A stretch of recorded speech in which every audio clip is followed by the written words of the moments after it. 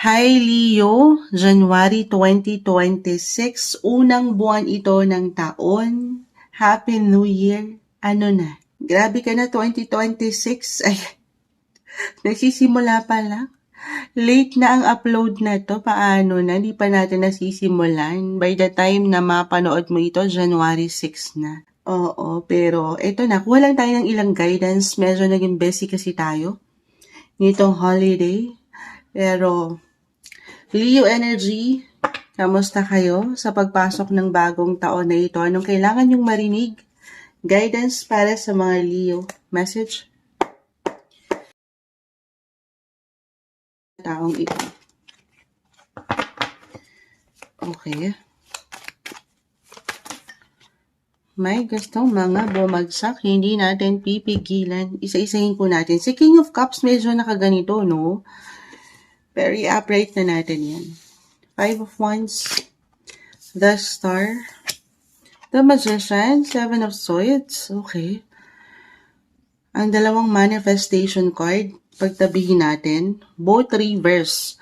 Mag-add pa ako. Ay!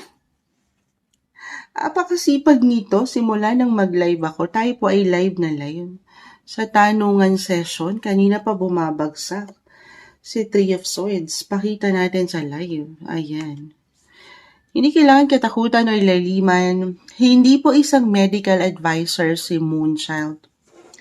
Could be physically, mentally, emotionally, financially. I will be honest, merong ilang kulang. Parang meron ding ilang nasasaktan. Or hindi masyadong maalwan. Again, tayo po ay general reading. Just only take what resonate. Depende ito kahit pare-pareho kayo ng sign. As a Leo, magkakaiba po ang bawat isa.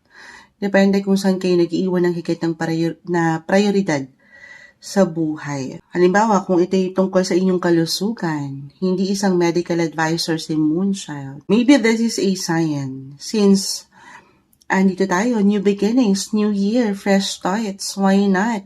Magandang pagkakataon daw ito, Leo, to set your intentions. Kung ano yung gusto nyong ma-reach pa. New Year's resolutions. Mag-set kayo, magplano para sigurado. Nang walang pressure. Okay, iisa-isahin ito.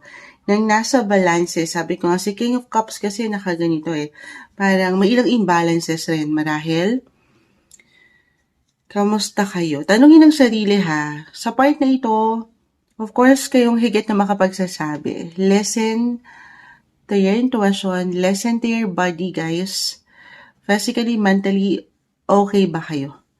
Kasi parang medyo meron ako nakikitang pagkapagod or ito na nga yun.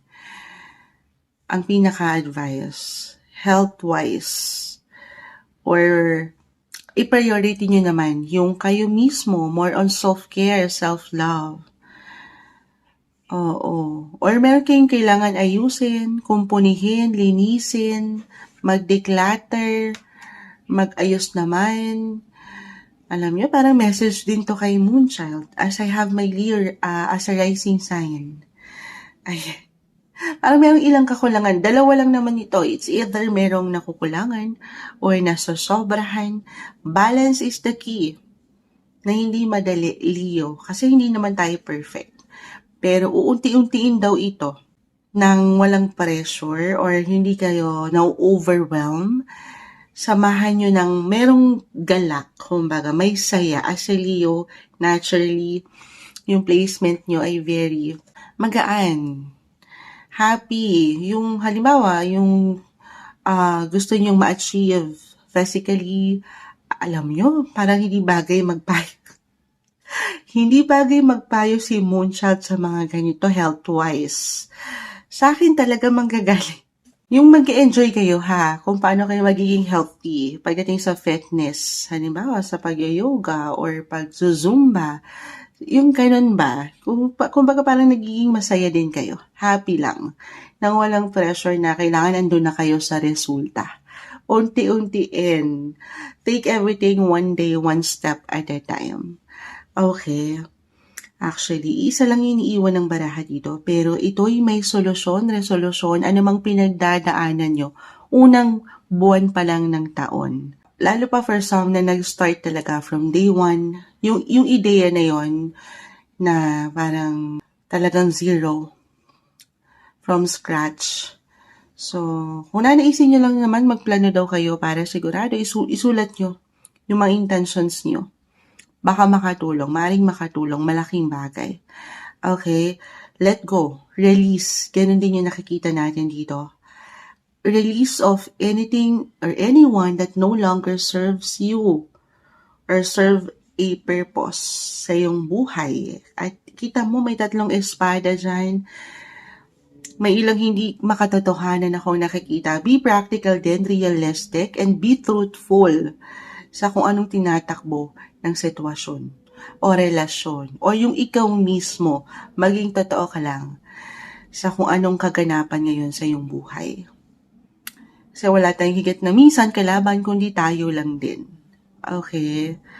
Pero tulungan lang din ha, King of Cups, sabi ko nga, kasi King of Cups kasi may tendency with 5 of Wands, I feel na medyo, baka naman medyo umangat yung pagiging perfectionist na kailangan dapat ganito, pulido, na hindi ako magkakamali. So take it easy again, walang perfect. Okay lang, unti-untiin. Mag-enjoy. Enjoy niyo yung journey. Trust the process. At syempre pa, patuloy na samahan ito ng manifestation. The Star, the Magician. Dream, believe, survive ang atake pa rin natin dito. Starstruck. Kahit pa sa mga pagkakataon na feeling nyo imposible na moonshot. Taon-taon na lang may New Year's resolutions ako. Hindi yan imposible. Kailangan mo lang maniwala. At pagkatiwalaan ang proseso, ang progreso, meron. Aandar. Ito nga sabi ko sa inyo, may solusyon, resolution, merong healing, dadaan kayo sa recovery. Hindi lang siya agad-agad para sa lahat. Iba-iba tayo dun. Okay? Walang overnight success. Manifestation, iangat mo na ito. Hindi lang sa mga tala. The star is here. Pero syempre pa, pagdating sa inyong mga faith, maging ano pa man po ang inyong religion, patuloy na samahan ng dasal ang inyong mga adhikain or mithiin.